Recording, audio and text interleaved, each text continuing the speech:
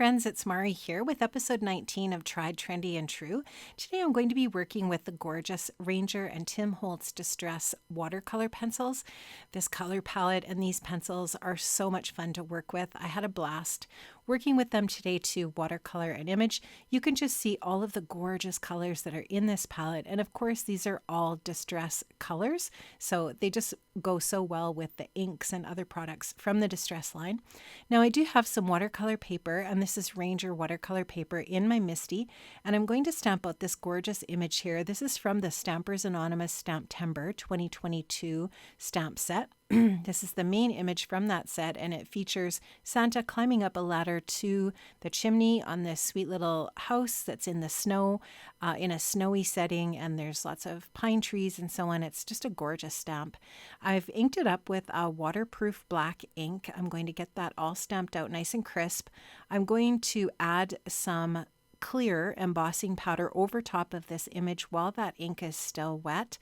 I will heat that up and melt it. And what that's going to achieve for me is, first of all, a really nice shiny image.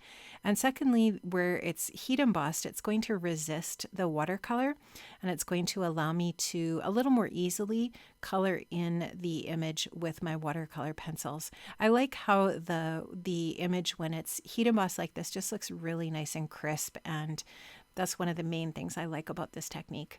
Now I'm starting off here with the barn door pencil, and I'm just adding the pigment onto the watercolor paper. I'll take my watercolor brush and just go ahead and get that pigment moving and activate the different areas where I have that color. I will show you each of the different colors of the pencils that I'm using from the different sets. I'm just showing you here the barn door because I think I forgot to do that initially. And I just wanted to color the bag a little bit of gray to start off with. I will add a little bit of black later on, but the really great thing about these watercolor pencils is you can layer the color. So what I'll do is I'll go in with one color, I'll get that colored in, I'll use the watercolor brush, and I'll move on to another area, and so on and so forth. And then once the beginning areas, the first areas have dried, I can go back and layer more color over top and just get some richer, darker colors. You can even add another color over top of the first color. So for example, with the green, I start off with the Rustic Wilderness, but as I go, I end up adding more green to this with some Twisted Citron and so on. So you can just kind of play and have fun adding different color and layering and so on. These pencils are just so much fun to work with, and they will last a really long time. There's a ton of pigment in each one of these pencils. So here you can just see I'm adding some color to the bricks on the chimney. I will eventually add that same color onto the ladder as well. And I'll get just that first initial layer on the chimney here. Once that's dry, I'll go in with that same color again and add some depth and shadow along one edge of that chimney. And so like I said, you can just go ahead and just continue to layer away. So here now that pumice stone has dried, I'll go in and add a little bit of the black soot. And I will just add this black soot sort of like around the edges of the bag. And I'll go in now with my watercolor brush and I'll just activate that, but I'm not going to take it all the way as it is dark. I'll kind of clean my brush so that I'm just pulling that darkest pigment just to sort of like the edge area, leaving that center with a little bit of a highlight on the bag. Now I've stamped my image out on some masking paper. I'm going to make a mask because I do want to do a little bit of ink blending for the sky area.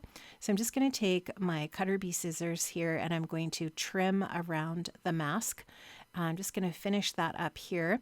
When I'm all finished trimming around the mask, I'll just take the release paper off the back, and then it's just like a giant post-it note. It's sticky on the back. You can see the backer there.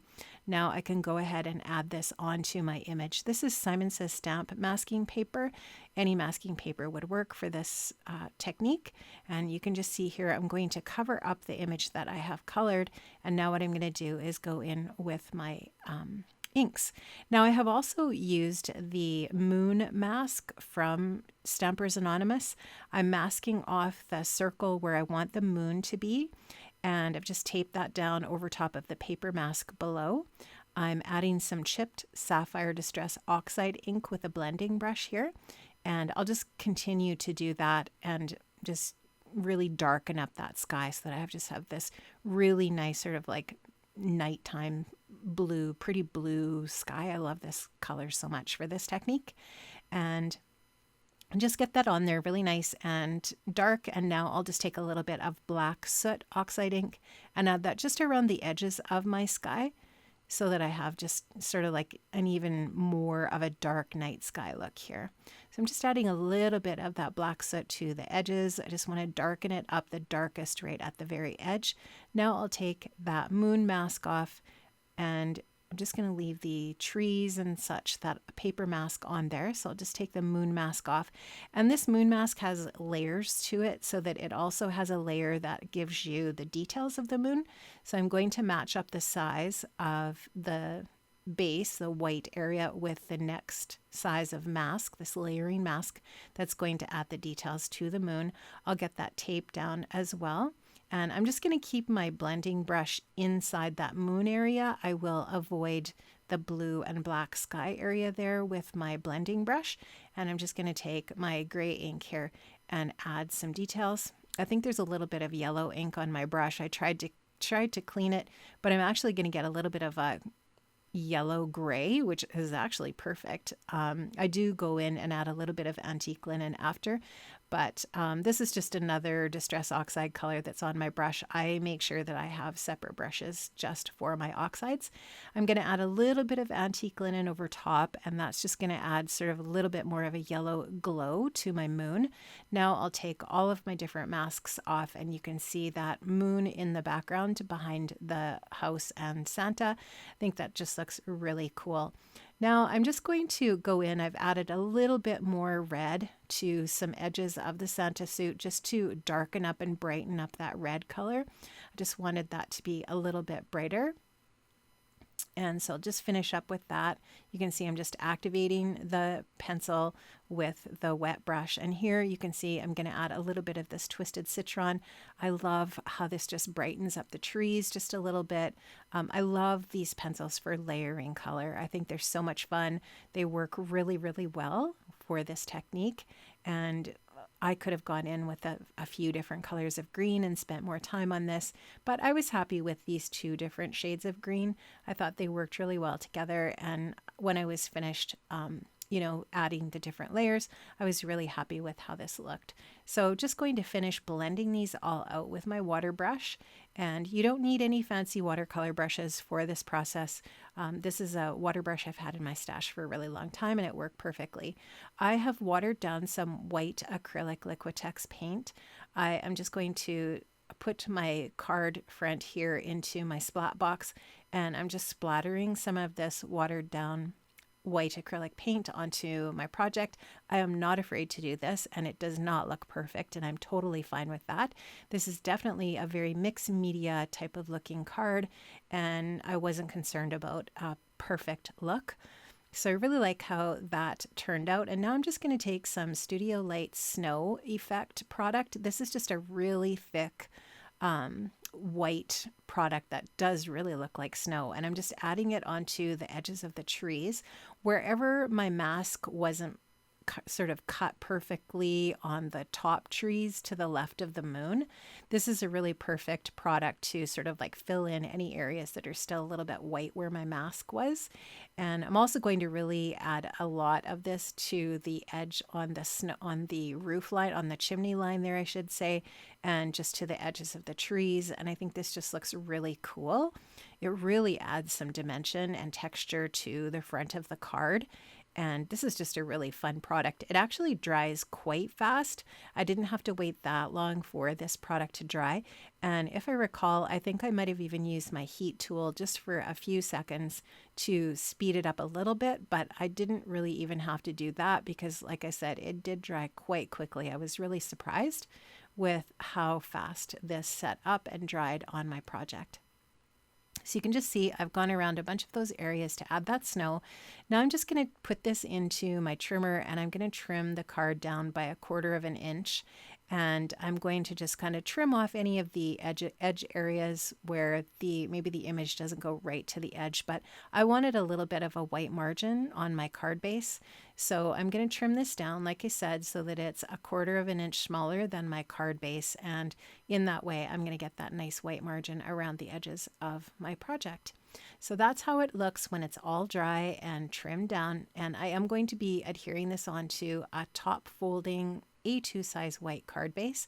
I'm going to cover the back of my card front here with some foam adhesive. This is just going to give my card front a little bit of dimension on that card base. I will just go ahead and apply this 1/2 inch foam adhesive here to the entire back of my card front. I'll take that release paper off the back. And what I like to do with this, and I'm sure you've seen other people doing this, but it's just because it's a little bit of extra insurance that you're going to have a better chance of getting this straight onto your card base. But I like to add a little bit of liquid adhesive onto that foam adhesive, so the foam adhesive doesn't grab the cardstock right away. It just gives me a chance to wiggle this around a little bit and make sure that I have it on there straight before I let go of it. So I'm just going to add that onto my white card base. I love that white margin, like I said, around the edge of the card front. I think that looks really nice. Yeah, love how this turned out. So now I'm going to take my Gina K Master Layouts 5. I'm going to use the smallest circle that's stitched. I'm going to use that smallest die to die cut out the sentiment for the front of my card. I've die cut that out just from some white cardstock. I'm going to just put that into my MISTI now. Because the stamps in this set are red rubber, I do have to take the this mouse pad out of my MISTI.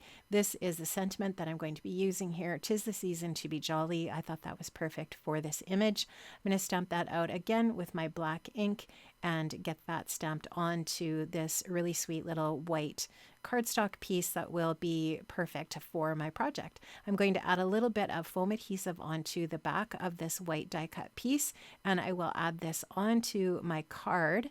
And I thought it would just be perfect in this little area here, just sort of like opposite the moon. I thought the repetition of the circle shape was fun. Thanks so much for watching, friends. I really enjoyed working with these watercolor pencils today. I hope you enjoyed watching, and I can't wait to see you another time.